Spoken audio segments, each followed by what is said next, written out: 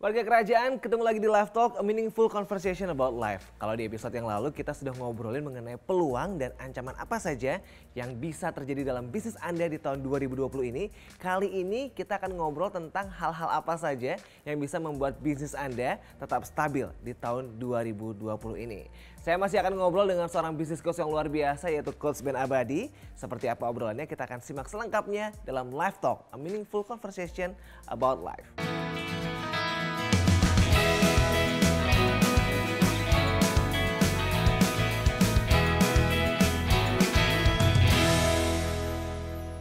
Warga kerajaan kembali bertemu dengan Yanuar Kurniawan Putra dan bersama dengan Coach Ben Abadi. Halo, Coach, apa kabar?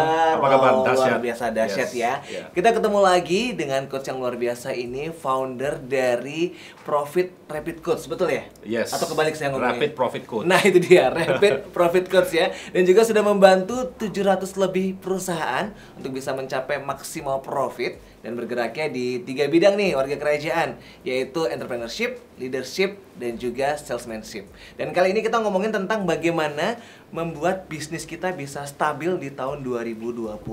Nah, Coach Ben Abadi, banyak orang kalau di episode lalu kita ngomong pengennya instan ya, naiknya pengennya instan. Padahal sebenarnya stabil aja belum.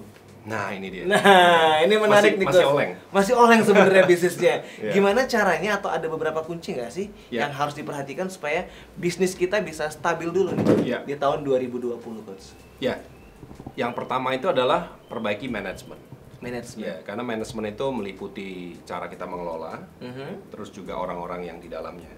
Nah, terutama bisnis keluarga Yanuar. Saya bisnis keluarga. Saya menghandle banyak bisnis keluarga. Yes. Konon ada sebuah fakta nih, ya generasi pertama yang membangun, yang kedua menikmati, yang ketiga menghancurkan.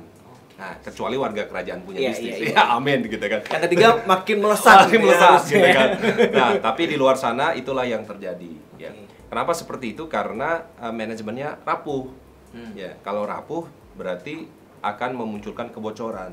Berarti ini faktor manusia sebetulnya. Betul, ya kan. Jadi ibaratnya kapal tadi, ya kan, airnya masuk gitu kan. Kalau masuk rentan karam gitu. Betul. Nah, ini yang pertama harus perhatikan, ya, quality of management. Yang kedua adalah kita harus bisa melakukan effective marketing. Effective marketing. Ini seperti apa nih, Coach? Ya, online dan offline. Apalagi sekarang di zaman digital marketing, ya, Anda harus mempunyai presence, kehadiran di online, ya. Minimal harus punya web, tapi nggak cukup, ya kan, harus punya juga sosmed, harus aktif, aktif ya. Nah, kalau nggak bisa ya belajar atau rekrut orang untuk bantu di area sini. Efektif itu berarti terukur, betul nggak sih? Betul, ya, karena problemnya sekarang itu gini, banyak pilihan, ya kan, apapun produk dan jasanya banyak pilihan, ya kan. Kalau kita nggak exist, kita nggak bisa continually out there, presence gitu ya, maka orang ke toko sebelah, pasti, gitu, ya. Jadi kalau ke toko sebelah ya otomatis omset kita jeblok. Itu. Jadi harus menguasai ilmu ini. Ya. Termasuk juga mengukur budget untuk marketing. Betul, iya, betul.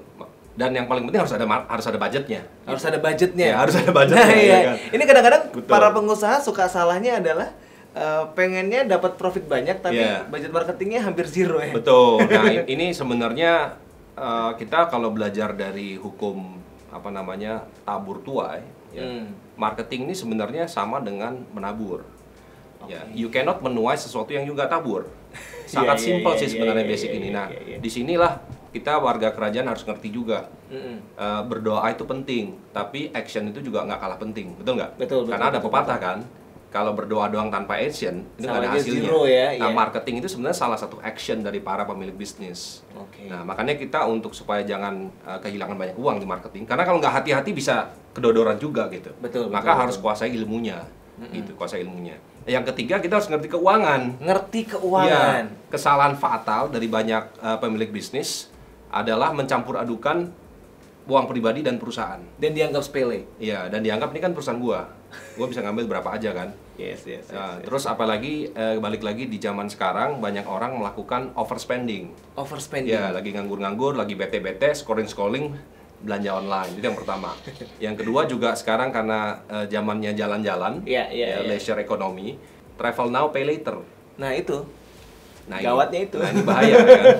Jadi kita nggak punya budget untuk marketing, tapi kita punya duit untuk jalan-jalan gitu kan. Itu pun sebenarnya belum terbayar gitu kan. Betul. Nah, akhirnya ini yang membuat bisnis kita jadi nggak stabil.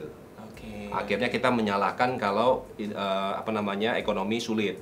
Tapi sebenarnya banyak kesalahan itu dilakukan oleh internal sendiri. Gara-gara kita sendiri. Betul. Sebetulnya ya. Iya.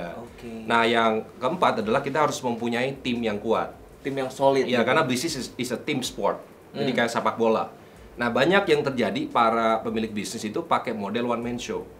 Jadi ngerjain sendiri. Buka toko sendiri, nungguin customer sendiri, nganter sendiri. Tutup toko sendiri. Atau mungkin bisa jadi gini nggak sih coach, developnya itu atau yang dia develop itu adalah hanya dirinya sendiri. Iya. Yang upgrade cuma dirinya sendiri. Iya, betul. Jadi itulah yang namanya one man show. Ya, kalau one man show itu rentan krisis. Karena kita akan pasti kalah dengan pesaing yang mempunyai tim yang solid. Ya, ibarat kita main bola nih, kita sendiri ngelawan 11, kira-kira gimana? Kalah lah pasti ya. Sehebat apapun kita gitu kan. Iya. Mau Cristiano Ronaldo kek, kalau ngelawan 11 orang dia sendiri udah pasti kalah. Pasti kalah. Exactly.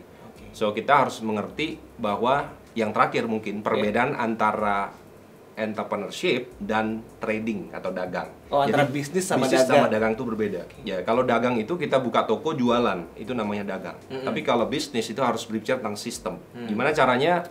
Sebenarnya tujuan berbisnis itu sebenarnya satu, supaya kita jangan kerja. Itu tujuannya. Makanya membuat bisnis yang tersistem seperti betul, itu ya. Jadi seperti kayak merek-merek yang ada di mana-mana lah gitu ya. Kita nggak sebutkan namanya ya. Pernah nggak kita lihat ownernya nongkrong di sana? Kayaknya nggak pernah, jarang banget. Ya, yang jual fast food itu atau retail itu yang ada di mana-mana gitu kan. Tujuan berbisnis adalah supaya Anda pemilik bisnis tidak harus kerja. Ujungnya ya. Tapi jangan awalnya gitu. Awalnya kerja. Tapi ujungnya itu harus bisa diwariskan. Kan kita bukannya immortal. Benar. Suatu saat kan harus pulang. Betul. Nah, masalahnya kalau kita nggak berpikir sistematis, kita nggak ada, bisnisnya juga gone. Pasti hilang. Jadi nggak butuh krisis sih untuk menumbangkan bisnis. Nggak butuh gitu kan. Tunggu aja ownernya selesai gitu ya. Selesai gitu kan. Pasti. Nah, karena kita nggak berpikir sistematis dan kita nggak ngerti esensi bisnis itu apa. Karena mindsetnya dagang. Ya. Nah, mindset dagang ini akan tersapu bersih di zaman digital ini. Bakal hilang. Habis. Itu yang terjadi sekarang. Di kota-kota besar. Ya. Itu yang parah ya, coach ya. Ya. Dan ini satu pertanyaan terakhir, faktor leader dalam sebuah bisnis itu sekrusial apa?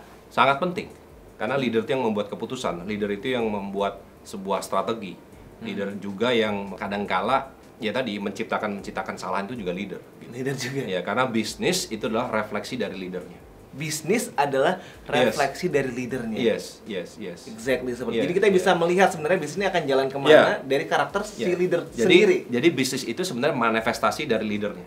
Kalau misalnya gini, kalau bisnisnya itu punya masalah dengan omset, sales, bisa jadi leadernya itu nggak ngerti tentang sales. Bisa jadi. Besar kemungkinan ya. Kalau misalnya bisnisnya itu punya masalah keuangan, besar kemungkinannya leadernya nggak ngerti bagaimana mengelola keuangan. So business is the reflection of the leader. Wow. Kayak kita bercermin aja. Bisnis itu cerminan Anda. Wow, ini is a tough pill to swallow. Artinya ini nggak gampang untuk memahami ini. Tapi saya yakin dengan hikmat Tuhan, warga kerajaan akan mendapatkan esensinya ini. Ini pahit banget buat ditelan ya, warga kerajaannya. Kita dengar kata-kata ini sebagai para pemilik bisnis, ketika ngelihat laporan keuangan bisnis kita mau nyalain karyawan kita, bercermin dulu. Yes. Bercermin dulu. Yeah.